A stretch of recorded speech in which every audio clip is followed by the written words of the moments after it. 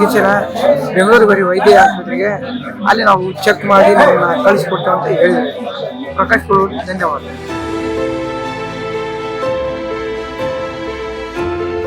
ಕಿವಿ ತೋರಿಸಿದ್ವಿ, ಕಿವಿ operation ಆಗ್ಬೇಕಂತ ಹೇಳಿದ್ರು. ಅವರ ಉಚಿತವಾಗಿ ಬೆಂಗಳೂರು ಕರ್ಕೊಂಡು ನಮ್ಮನ್ನ ಆಪರೇಷನ್ ಮಾಡಿ ಕಳಿಸ್ತೇವೆ ಅಂತ ಹೇಳಿದ್ರು. ಹೋಗಕ್ಕೆ ನಾವು ಬರೀ ಪ್ರಕಾಶ್ ಕೋಳಿವಾಡ್ರಿಗೆ ಧನ್ಯವಾದ.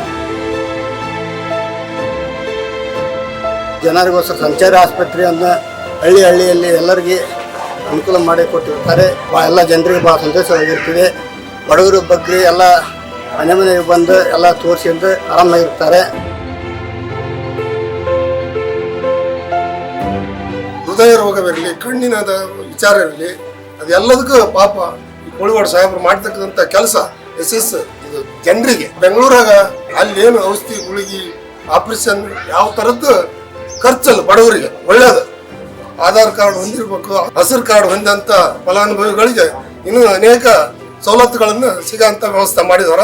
ಪ್ರಕಾಶ್ ಕೋಳಿವಾಡ್ ಮಾಡಿರೋಂಥದ್ದು ಒಂದು ಕಾರ್ಯಕ್ರಮ ಬಹಳ ಅದ್ಭುತವಾದದ್ದು.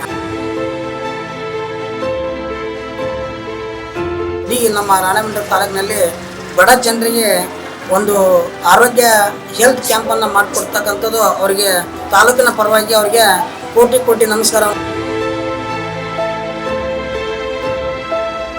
ಪ್ರಕಾಶ್ ಕೋಳಿವಾಡ್ ಸರ್ ಅವರು ಆಯೋಜಿಸಿದ ಉಚಿತ ಆರೋಗ್ಯ ಮೇಳದಲ್ಲಿ ಜನಸಾಮಾನ್ಯರಿಗೆ ತುಂಬಾ ಉಪಯೋಗ ಆಗಕತ್ತೈತಿ.